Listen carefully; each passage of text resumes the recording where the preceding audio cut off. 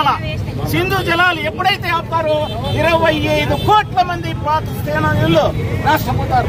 రెండవది, ఎవరైతే పాకిస్తాన్ వాళ్ళు ఇక్కడ ఉన్నారో కేంద్ర ప్రభుత్వానికి విజ్ఞప్తి చేస్తున్నాం, వాళ్ళు వెంటనే ఈ దేశం నుండి వాళ్ళని పాకిస్తాన్ వెంటనే పంపాలా.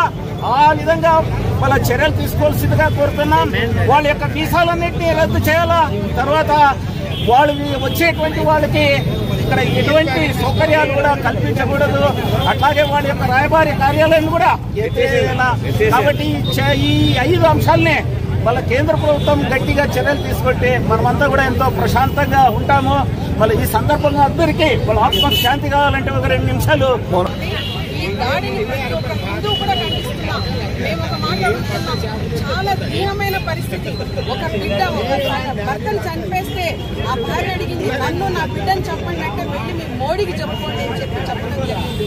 అమానుషమైన చర్య. దీన్ని మేము ఖండిస్తున్నాం.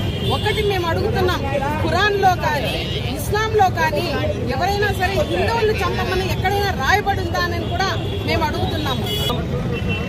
కాశ్మీర్లోని పహల్గాం గ్రామంలో పాకిస్తానీయులు జరిపిన ఉగ్ర దాడిని ప్రపంచ దేశాలందరూ కూడా ఈ రోజు నిరసిస్తున్నారు, ఖండిస్తున్నారు. ఈ రోజు మానవ జాతి సిగ్గుపడేలా పాకిస్తానీయులు భారతదేశంలోని హిందువులని హిందూ అని చెప్పి కాల్చి చంపడం అనేది ఇది చాలా దుర్మార్గమైన విషయం. ఈ రోజు అన్ని మన భారతదేశంలో ప్రతి ఒక్కరు కూడా హిందువులనే ప్రతి ఒక్కరు కూడా ఐకమత్యంతో మనం పోరాడాల్సిన అవసరం ఉంది. ర్యాలీ నిర్వహిస్తున్నాము. పుల్వామాలో జరిగిన ఘటనకు నిరసిస్తూ ఈరోజు రాయదుర్గంలో చేనేత కులాలంతా కలిపి ఐకమత్యంతో శాంతి ర్యాలీ నిర్వహించడం జరుగుతోంది. కానీ పుల్వామాలో జరిగిన ఘటన టెర్రరిస్టులు, పహల్గాంలో జరిగిన సంఘటన టెర్రరిస్టులు హిందువా ముస్లింసా అని చూసుకొని మరీ కాల్చి చంపడం చాలా దుశ్చర్య. ఇలాంటి దుశ్చర్యలకు పాల్పడిన వారిని భారత ప్రభుత్వం ఉపేక్షించకుండా వారికి తగిన గుణపాఠం చెబుతుందని మేమందరూ ఆశిస్తున్నాం.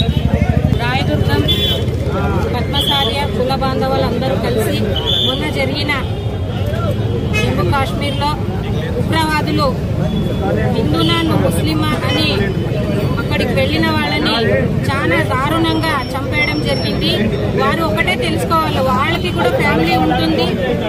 ఎప్పుడు లేని విధంగా భారతదేశంలో ఇప్పుడే ఇలా జరుగుతుందంటే దీన్ని పెద్దవాళ్ళు చాలా దీన్ని ఒక బాధ్యతగా తీసుకొని ఇటువంటి వాళ్ళని చాలా కఠినంగా శిక్షించాలని కోరుకుంటున్నాను. మొన్ననే జరిగిన పాపం ఒక మహిళ అయితే మొన్ననే పెళ్ళయింది, తను 7 రోజులు కూడా కాలేదు, నా భర్తను వదిలేయండి అంటే చాలా దారుణంగా చంపేయడం జరిగింది. మరి ఒక ఫ్యామిలీ అయితే ఒక పిల్లాడు ఎంతగానో అడుక్కుంటున్నాడంట, మా నాన్నను వదిలేయండి, మా భర్తను వదిలేయండి అంటే వారికి కనికరం కూడా లేకుండా వాళ్ళు పాల్పడిన ఈ పనులకు వారిని కఠినంగా శిక్షించాలని కోరుకుంటున్నాను. జై బోలో భారత్ మాతాకి.